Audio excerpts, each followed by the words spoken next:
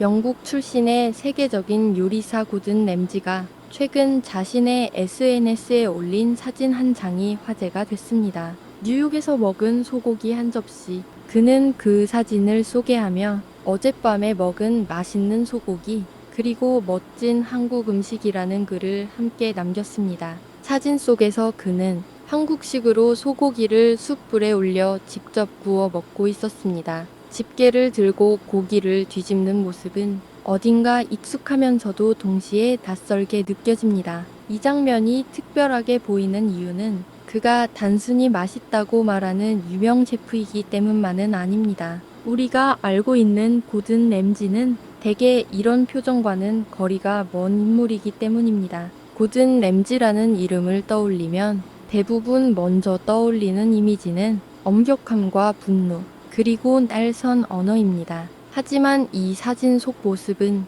그 이미지와는 전혀 다른 방향을 향하고 있습니다. 사실 고든 램지가 한식을 좋아한다는 이야기는 처음이 아닙니다. 2017년 그가 처음 한국을 방문했을 때 이렇게 말한 적이 있습니다. 서울에는 처음 왔지만 한식과는 이미 20년 넘게 사랑에 빠져 있었다고 말입니다. 그는 한식을 이제는 세계적인 음식이라고 표현했고, 한국은 좋은 음식이 무엇인지 정확히 알고 있는 나라라고 평가했습니다. 이 말은 단순한 립 서비스처럼 들리지 않았습니다. 왜냐하면 그는 음식에 대해 쉽게 칭찬을 남발하는 인물이 아니기 때문입니다. 방송에서 보여지는 고든 램지는 때로는 괴팍하다고 느껴질 정도로 엄격합니다. 요리에 대한 기준이 명확하고 그 기준에서 조금이라도 벗어나면 절대 타협하지 않는 인물로 알려져 있습니다. 하지만 그런 사람이라는 사실을 알고 나면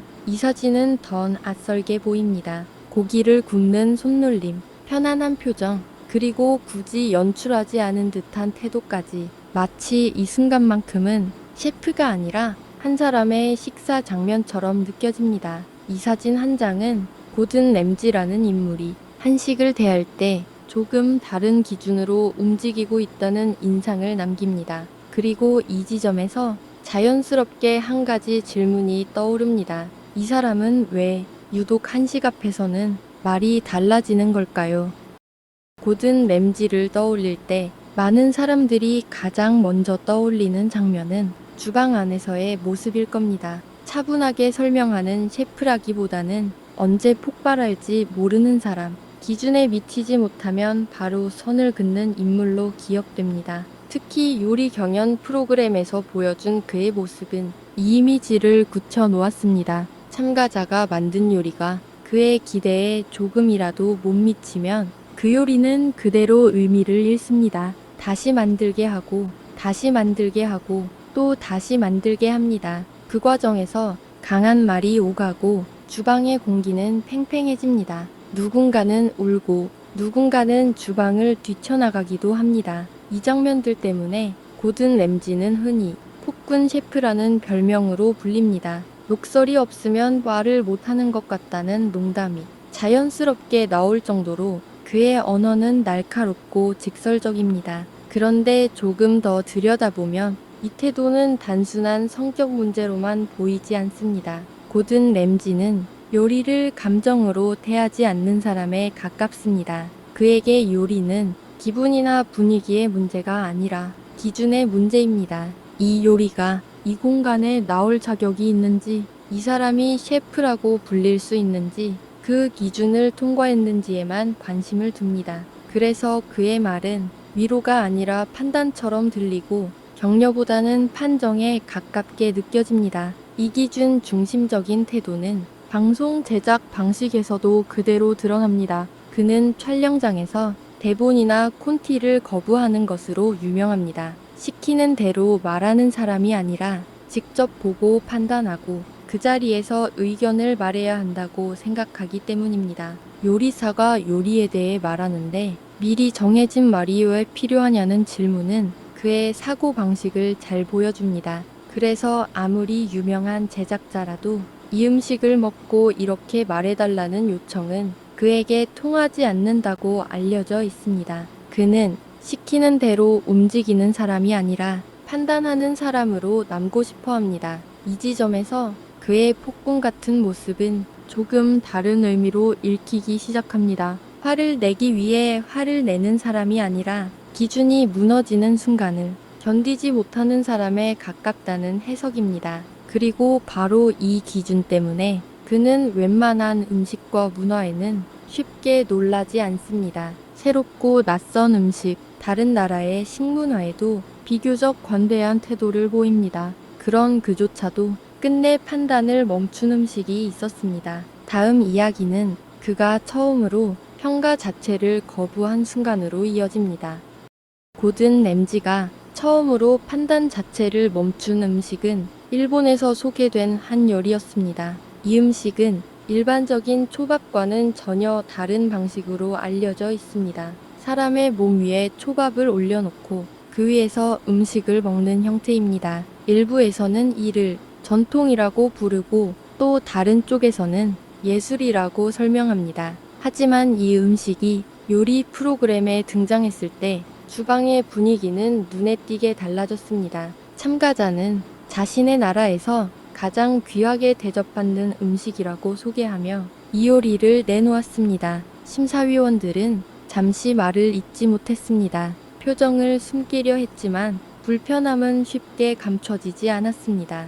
그 자리에는 고든 램지도 함께 있었습니다. 기준이 명확하고 평가를 미루지 않는 인물로 알려진 그였지만 이 순간만큼은 달랐습니다. 그는 맛에 대한 설명을 하지 않았고 요리에 대한 평가도 남기지 않았습니다. 억지로 한 점을 입에 넣었지만 곧바로 판단을 이어가지 않았습니다. 이 장면이 인상적으로 남은 이유는 그가 혹평을 해서가 아니라 아무 말도 하지 않았기 때문입니다. 평소라면 분명한 기준으로 좋다거나 부족하다고 말했을 인물이 아예 그 기준을 적용하지 않았습니다. 이후 인터뷰에서도 그는 이 음식에 대해 더 이상 언급하고 싶지 않다고 말했습니다. 음식이 아니라고 생각한다는 짧은 말만 남겼을 뿐 그 이상 설명하지 않았습니다. 이 태도는 그가 가진 기준의 한계를 보여주는 장면이었습니다. 모든 문화가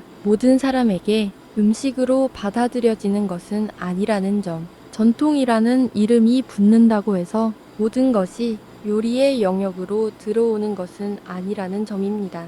이 사건 이후에도 이 음식은 문화와 예술이라는 설명으로 계속 이야기되고 있습니다. 하지만 고든 램지에게는 그 어떤 설명도 판단의 문을 다시 열게 하지는 못했습니다.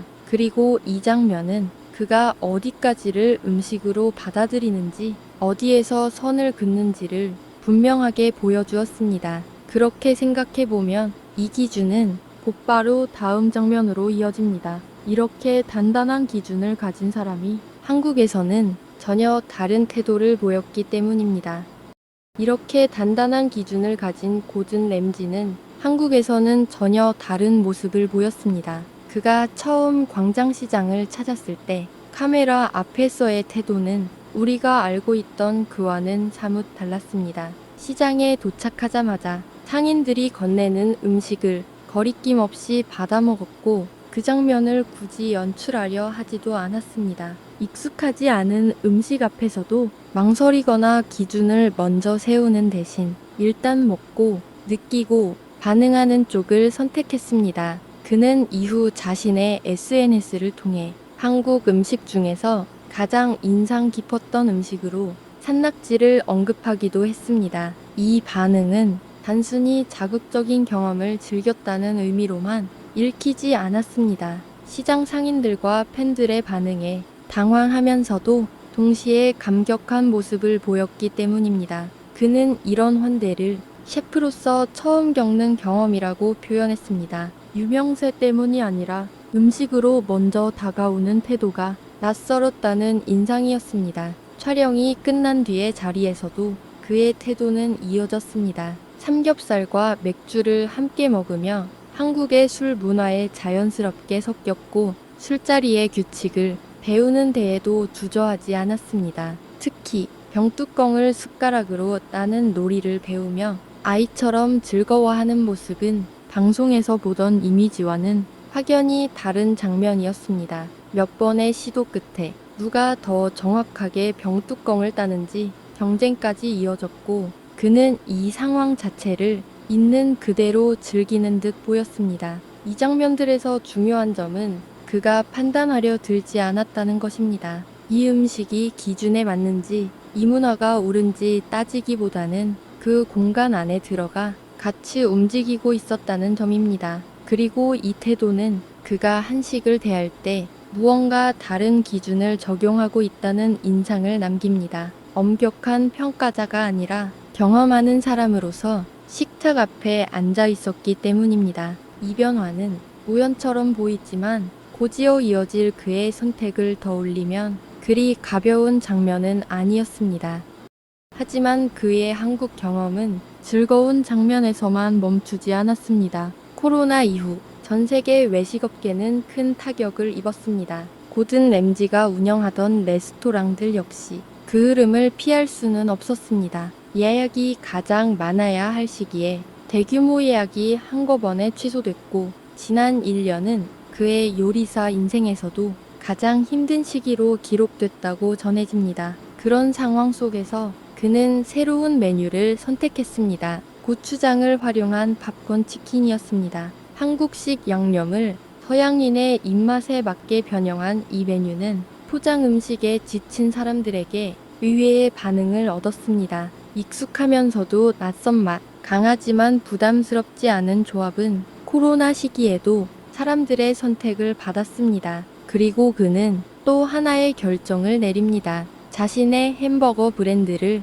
아시아에서 처음으로 한국에 선보이겠다는 계획이었습니다. 미국과 유럽에는 이미 여러 매장을 운영하고 있었지만 아시아 시장은 그에게도 새로운 선택이었습니다. 그가 한국을 선택한 이유에 대해 이렇게 말한 적이 있습니다. 한식을 떠올리면 가장 먼저 생각나는 것은 진정성이라는 단어라고. 꾸미지 않아도 본질이 살아있고 한국 사람들은 좋은 음식이 무엇인지 정확히 알고 있다는 평가였습니다. 특히 그는 한국의 고기 굽는 문화에 대해 혁명적이라는 표현을 사용했습니다. 손님이 직접 고기를 굽는 방식은 보통의 식당 운영 논리로 보면 효율적이지 않아 보일 수 있습니다. 하지만 그럼에도 불구하고 식당 앞에는 줄이 생기고 사람들은 그 시간을 기꺼이 받아들입니다. 그는 이 구조가 음식 그 자체보다 방식에 대한 신뢰에서 나온다고 보았습니다.